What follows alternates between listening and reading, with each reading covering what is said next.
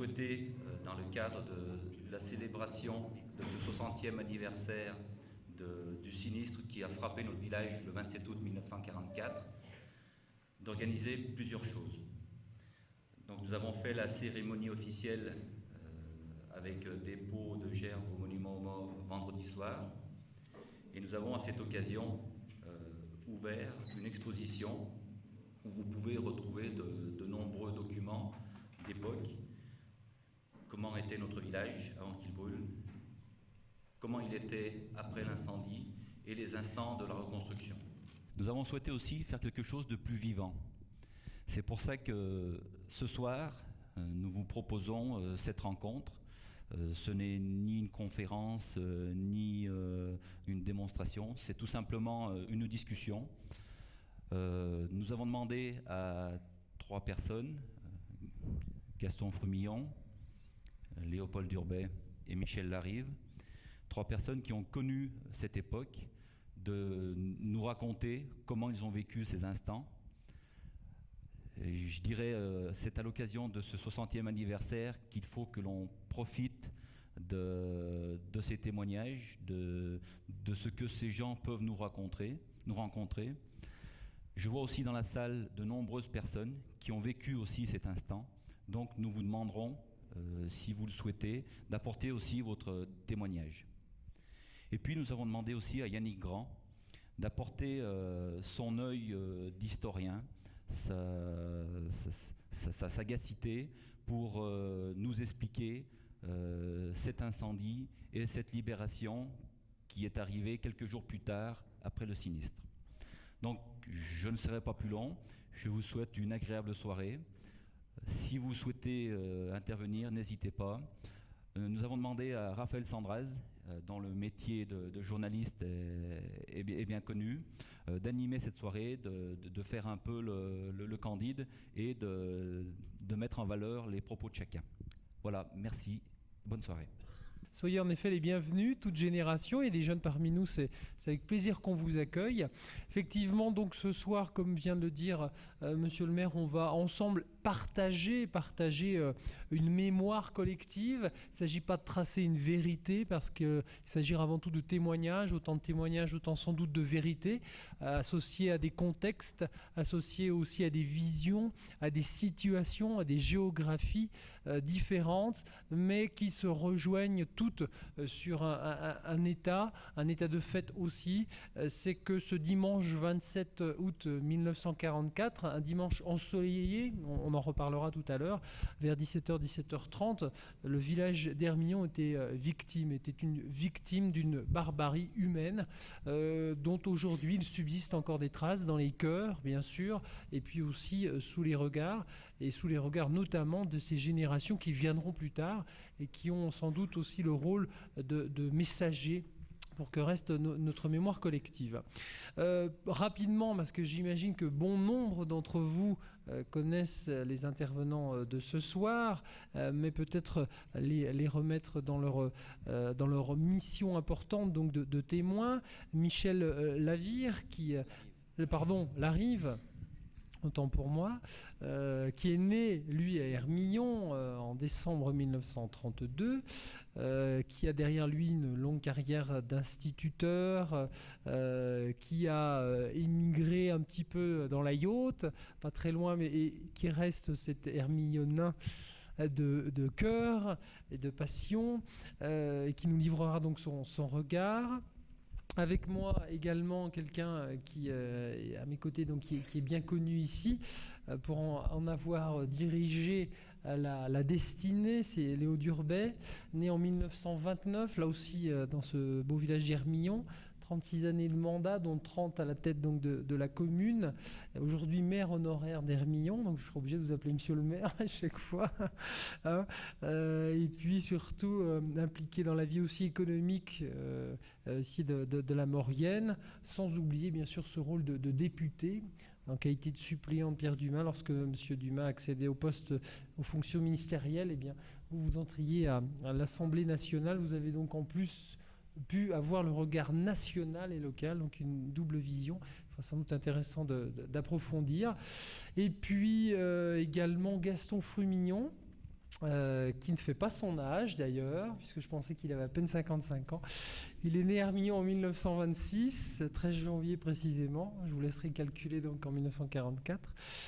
Il était étudiant à l'époque et là aussi il résidait à Hermillon après une carrière qui l'a laissé sur sa terre chère de Maurienne. Alors, donc, entendons-nous bien, c'est une rencontre, vous pourrez intervenir, discuter. Nous aurons le plaisir tout à l'heure de retrouver Yannick Grand, qui est lui notre cadet de l'Assemblée, en tout cas en matière d'intervenant, mais par contre, loin d'être le plus candide, j'ai ce rôle ce soir. Lui, c'est quand même l'accro, le passionné. Il est né avec un virus étonnant, celui de l'histoire, qui, nous en discutions tout à l'heure, s'est aiguisé lorsqu'il a commencé à parcourir les montagnes et les cimes, et qu'il s'est rendu compte des vestiges, des traces, des témoignages, et il s'agit bien de ça ce soir. Et du coup, il a cherché à comprendre ce que représentaient ces pierres, parfois, ou ces chemins, ou tout ce dont nous avons hérité. Et la passion de l'histoire lui est venue, voilà presque 5 ans, et il nous livrera tout à l'heure un vivant témoignage illustré, un diaporama d'une petite heure, donc qui fera suite d'abord à une petite discussion ici autour de cette table. Alors, donc je vous le disais, il ne s'agit pas de retracer des vérités ou de chercher qui que quoi, mais de comprendre, d'essayer de comprendre comment Hermillon est entré dans une situation qu'on lui connaît, et puis comment nous, et quand je dis nous, j'inclus cette génération à laquelle j'appartiens, qui n'avons pas connu, si ce n'est dans ces livres d'histoire, vous savez, on le disait aussi tout à l'heure, on tournait les pages, et moi, au collège ou au lycée, peut-être même plus tard à la faculté, c'était jamais qu'une page de plus dans notre manuel d'histoire. La Seconde Guerre mondiale, on cheminait rapidement sur l'accession d'Hitler, le retour d'Hitler au pouvoir, comment il avait posé ses jalons, presque annoncé ses intentions belliqueuses, et en fait, comment ça s'était passé. Comment ça s'était aussi surtout passé entre De Gaulle, entre Churchill, entre ces grands décideurs. Mais comment ça s'est passé aux portes de nos maisons, comment nos grands-parents, eux, l'ont vécu, l'ont enduré, l'ont subi. On oubliait souvent de le dire. C'était pas forcément écrit d'ailleurs. C'était même pas forcément raconté. Certains en gardaient une telle rancœur ou une telle douleur qu'ils avaient du mal à l'évoquer. Et il est peut-être bon comme ça de partager cette mémoire collective, de se le rappeler sans forcément chercher à en juger, mais en tout cas de se dire que ça existait et puis de chercher à comprendre, peut-être aussi, ce sera peut-être la conclusion de notre soirée pour éviter surtout que ça recommence.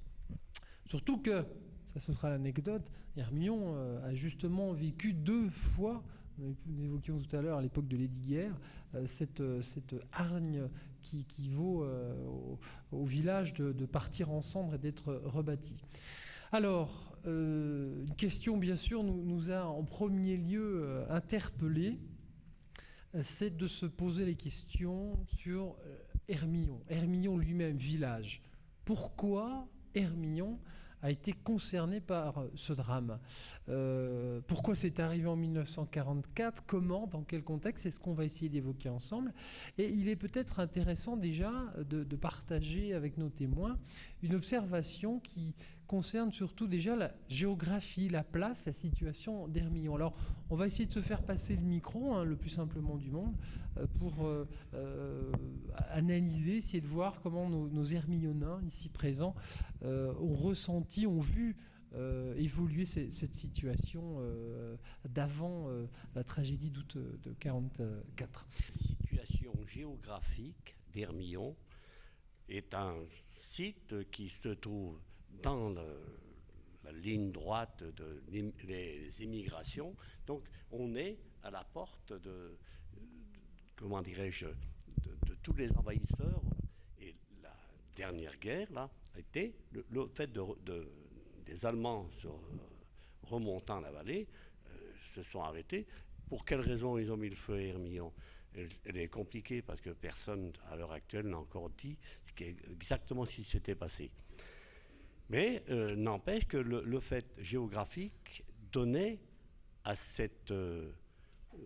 notre site la possibilité de non seulement ça, mais on a gardé d'ailleurs, les Allemands avaient dit, on garde les dernières maisons au fond du village en cas de, si on reprend, on redescend la vallée, on aura des abris. Le reste, on y met le feu et on a payé le fait de notre géographie.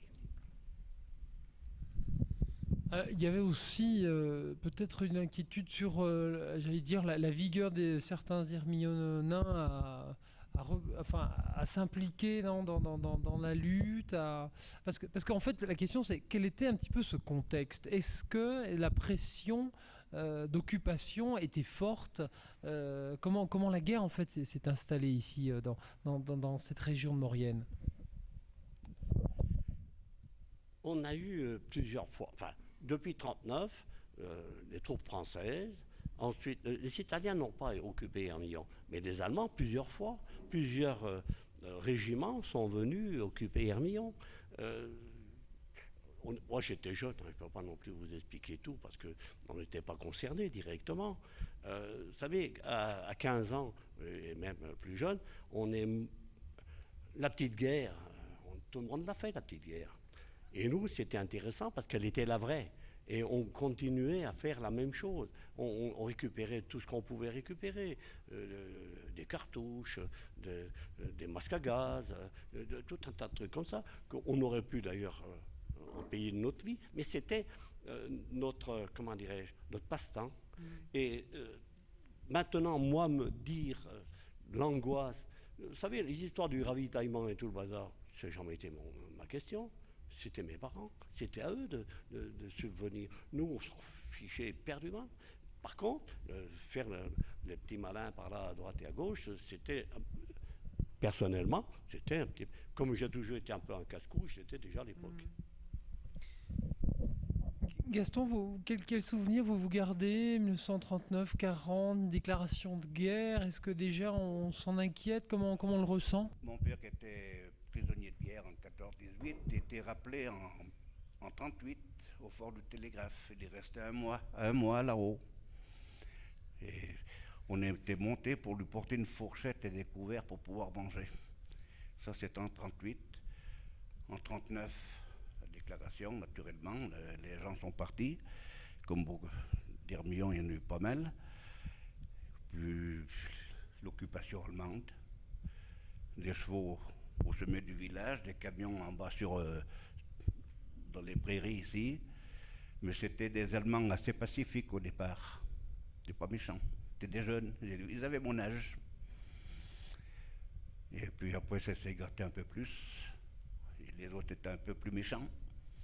Je me rappelle une fois, on dansait dans un petit café. Là, c'est arrivé 3 Allemands. On était fouillés. Il y avait un fait de Webel. On jouait de l'harmonica pour danser, là. Un fait de Webel et 2 Allemands. Et puis il y avait un gars du Châtel qui avait reçu son papier pour partir en Allemagne. Alors le fait de Webel, qui parlait bien français, il a dit « Surtout partez pas, restez ici, mais cachez-vous ». Voilà une anecdote des Allemands. Ils étaient plus pacifiques que les derniers qui sont passés là.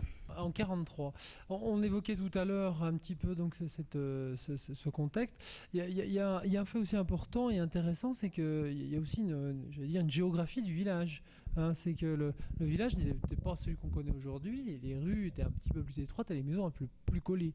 Ouais, je voudrais revenir un peu, bonsoir, sur la première question. Pourquoi Hermillon ? Je crois qu'il faut replacer un peu dans un contexte plus global. Qu'est-ce qui se passait à l'époque ? Les troupes allemandes, et en particulier l'Africa Korps de Rommel, refluaient sur le front d'Italie. Les maquis étaient de plus en plus pressants dans la vallée de la Maurienne, par où passaient, il faut le rappeler, je crois, toutes les divisions blindées qui alimentaient les troupes qui allaient en renfort des troupes de Rommel. Et bien évidemment, le commandement allemand ne pouvait pas tolérer que les trains blindés ne puissent pas remonter jusqu'au Mont-Cenis et passer de l'autre côté en renfort des armées d'Italie. C'était si vrai, ceux qui sont de ma génération s'en souviennent. Il y a des exemples célèbres comme le pont de la Pouille qui a été 2 ou 3 fois dans les Larques, de même celui qu'on appelle à l'entrée de la Maurienne le pont de fer, qui se retrouvait encore détruit à la Libération. Et alors, parce qu'on a dit pourquoi Hermillon ? D'abord, moi je fais remarquer qu'il n'y a pas qu'Hermillon. Avant Hermillon, il y a eu enfin avant ou en même temps, ou dans les mêmes semaines, et il y a eu Villars-Gondran, il y a eu Pont-à-Mafray, il y a eu Saint-Georges-d'Urtière, et puis la liste pourrait s'allonger, sans parler des chalets de Saint-Sorlin-d'Arves ou d'ailleurs. Hein. Donc pourquoi Hermillon? Il y a ces raisons-là. Hein. Le commandement allemand ne pouvait pas tolérer ça. Et puis il y avait le maquis qui harcelait sans cesse en détruisant les pylônes, en détruisant les voies de communication, qui ne permettaient pas de passer les trains. D'ailleurs, on voyait passer, moi j'étais en culotte courte, et j'avais 11 ans et demi, comme certains dans cette salle à l'époque, et on voyait passer les trains blindés qui n'allaient pas toujours jusqu'à Modane. Pourquoi? Parce qu'il y avait aussi, et mon père était cheminot, je l'ai vu saboter tout au moins au début, parce qu'après, c'était beaucoup plus difficile, parce que les Allemands, enfin quand on dit les Allemands, oui, à l'époque c'était l'armée régulière, disons, savait faire la guerre, et ils avaient adjoint aux mécaniciens de renfort qui partaient du dépôt de Saint-Jean-de-Maurienne pour emmener les trains jusqu'à Modane, ils avaient adjoint des cheminots allemands, ce qui rendait la tâche de sabotage beaucoup plus difficile. Alors, ça c'est l'une des raisons, il y en a d'autres. Hein, c'est que de tout temps, et mon ami Léo le faisait remarquer tout à l'heure, c'est pas dans l'histoire, c'est pas la première fois, puisque Lady Guerre, le Dauphinois, on connaît son amitié pour les États de Savoie, hein, avait déjà rasé le village, comme il en a rasé d'autres.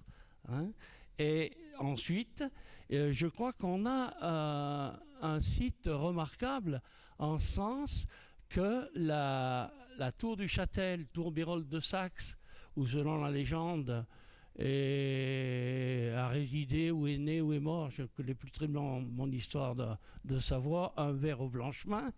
La tour Bérold de Saxe est un python qui commande tout le bassin de Saint-Jean-de-Maurienne, et les Allemands, qui, je le répète, savaient faire la guerre, savaient que si la tour de Bérold de Saxe cédait, était prise, ils pouvaient remonter jusqu'au prochain étranglement. Hein. Et l'un des verrous, tout le monde, les gens qui sont dans la salle le connaissent bien, c'est le verrou de la Madeleine. Et lorsque les Allemands ont été attaqués à la Madeleine, c'est le village de Montbrunal qui est passé. Hein. Et le village d'Hermillon a suivi de très près. Hein, de très près. Voilà ce que je voulais dire à propos, moi, de pourquoi Hermillon. Hein. On peut faire des hypothèses, mais celle-ci semble assez plausible.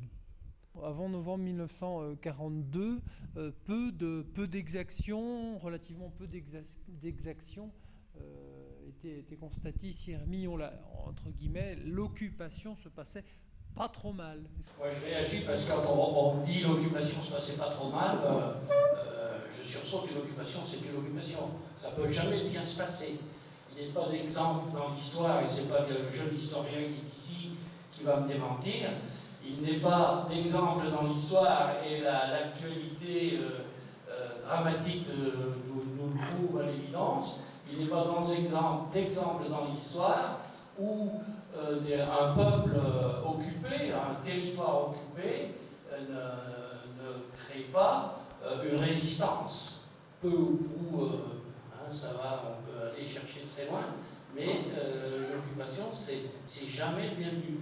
Même l'occupation italienne, qui, je ne pense pas faire offense aux gens qui l'ont vécu comme moi, qui était relativement douce. Hein, les Italiens n'ont pas eu la férocité des troupes allemandes. D'ailleurs, quand on dit les troupes allemandes, je crois qu'on mélange tout, parce qu'il y a des troupes qui étaient formées du paysan de Bavière, comme du cheminot de Hanovre ou d'ailleurs. Et puis, il y a toute une veine dans l'armée allemande qui allait de la Gestapo en passant par les Waffen-SS ou d'autres, des corps d'élite qui étaient soumis, et ça, moi, si je suis ici, c'est surtout pour les jeunes générations qui étaient soumises à une idéologie totalitaire d'Hitler et qui avaient un sentiment hégémonique, et ce sont eux qui ont fait le mal. Bon, je ne dis pas que les autres n'ont rien fait, mais ce sont surtout eux qui ont été les plus féroces et que donc les populations ont eu le plus à souffrir. Je crois que c'est bon de le souligner. Voilà. En ce qui concerne l'occupation italienne, moi je me souviens étant gamin, ça s'appelait la Pio Marcabelle, ils avaient un chapeau avec une plume et ils gardaient le pont d'Arc. Et moi, comme bon nombre de ma génération, on gardait la vache l'été. La mienne s'appelait d'ailleurs par dérision 9h15, parce qu'elle avait les cornes comme ça. Et on la gardait à Rachat, pour ceux qui connaissent, disons, le long de l'Arc, et les Italiens surveillaient le pont d'Hermillon. Et je me souviens, moi, d'avoir entendu la canzonette italienne, donc c'était un peu bon enfant, c'est vrai. Et puis je me souviens aussi, moi étant gamin, ils avaient un fusil qui était très long et qu'on appelait le badoglio, qui était, sur lequel était juché un poignard, et on attrapait le poignard et on ébréchait le poignard sur le parapet du pont, sans réaction vraiment caractéristique de la sentinelle. Elle n'avait rien à cirer, si vous voulez, pour parler franchement. Voilà en ce qui concerne l'image que j'ai de l'occupation italienne. J'ajoute quand même que je suis actuellement en Haute-Savoie depuis pas mal de temps, et comme je m'intéresse toujours un peu à ces histoires de mon enfance, la Haute-Savoie va souffrir cruellement parfois de l'occupation italienne, c'est-à-dire que ça s'est traduit par des exactions comme celle qui a eu lieu à Saint-Georges-d'Urtière, peut-être en parlera-t-on tout à l'heure, où les gens se sont fait tirer, les résistants se sont fait tirer comme des lapins. Voilà, ça s'est passé au Mont-des-Princes, en particulier au-dessus de Seyssel. En parlant des Italiennes, c'était des Morganes.